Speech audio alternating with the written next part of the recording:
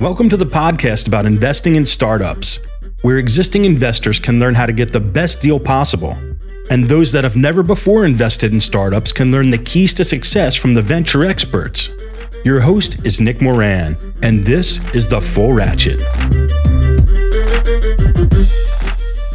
Welcome to another special release of Investor Stories. On this installment, the experts discuss a startup that they did not invest in, why they passed, and if there was a key learning that now informs their approach. Here's the segment called Why I Passed.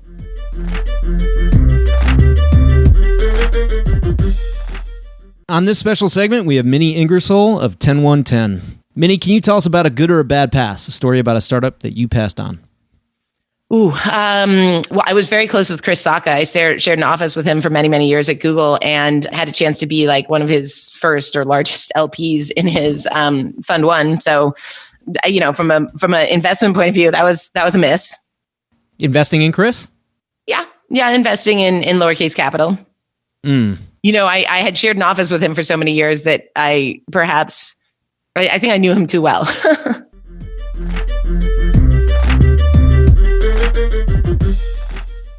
On today's special segment, we have Ajao of Base 10. Ade, can you talk about a good pass or a bad pass? A story about a startup that you passed on. Yes, absolutely. This was back while at Stanford. There is someone I won't name, but a member of the starting team of a startup that came to me and told me, hey, you have been in social networking before. You did a social network. I'm thinking of doing something around a sort of social network that has to do with pictures and embellishing those pictures with filters, etc. And my response was, this will never work. The world doesn't need another social network, and pictures, who needs embellishing in that anyway? Oh, no. So I did not only invest, but turn down the idea. And obviously that ended up being Instagram. So that's a good one for you. That's brutal.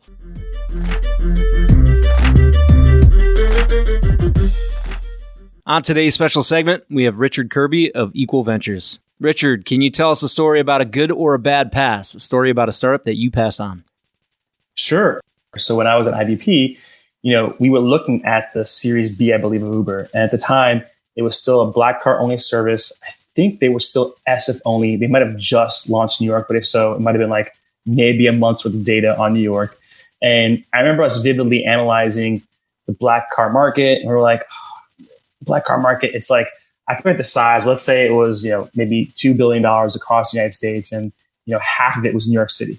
And the majority of that in New York City was the investment banks and law firms that were paying for their employees to take these cars around home. And so we just really struggled to get conviction thinking of that market that way, because we also thought there were also another number of transportation alternatives, right? And so in cities where this will predominantly exist in our mind, you've got taxis, you've got subways, you've got buses. People can walk because these cities are fairly dense. And so it was really hard for us to, expand our mind and think about, any car, any driver being the supply side. And, if you can't get to that point, it's really, really hard for you to say, I've got conviction, even though I think Travis is super compelling and they've executed tremendously.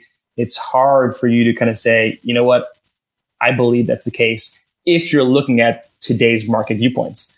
And so once again, I think that's what I've learned from that process, which is like, hey, let's not overestimate or over-index our decision on the market as we see it today, because I think investors are not that good at evaluating it.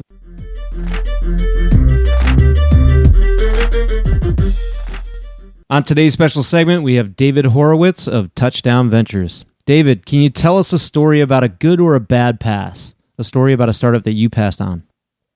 Well, the stories are probably countless. Being in corporate VC space, especially from my days from Comcast, it's afforded us the ability to really attract good deal flow. So I know we have a fair share of passes of companies that have become really successful. I guess I don't know if I would call this a pass or not. At one point, we had a dialogue with Facebook very early on when I was at Comcast. The internet group at the time at Comcast actually did a partnership with them.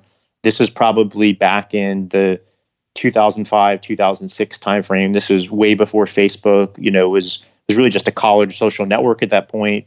That's when MySpace was still all the rage and was, much bigger. I don't know if we would have ever had an investment opportunity. We really didn't ask, but obviously in hindsight, if the DeLorean time machine ever comes to fruition, that's certainly one dialogue I would have, and there are others. We also had the opportunity to invest in Pandora before it went public, and obviously the music space has been, other than companies like Pandora and Spotify, SiriusXM, there are a lot of companies that have been, have a lot of train wreck in that space. And so the odds are typically against the startup. And at that time, Pandora was going through a lot of legal issues with the record music labels. And obviously, they had an amazing product, amazing user base. I'm still a big fan and user of it today.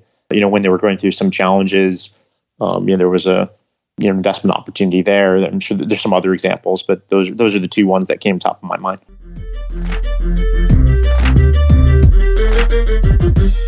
That will conclude this installment of Investor Stories. If you're enjoying the program and would like to see it continue, take a moment and leave a 5-star review in iTunes. Also, if you'd like updates on new content from TFR, as well as the top 10 VC articles every week, go to fullratchet.net and sign up for the newsletter. Okay, that will wrap things up for today. Until next time, over-prepare, choose carefully, and invest confidently. Thanks for joining me.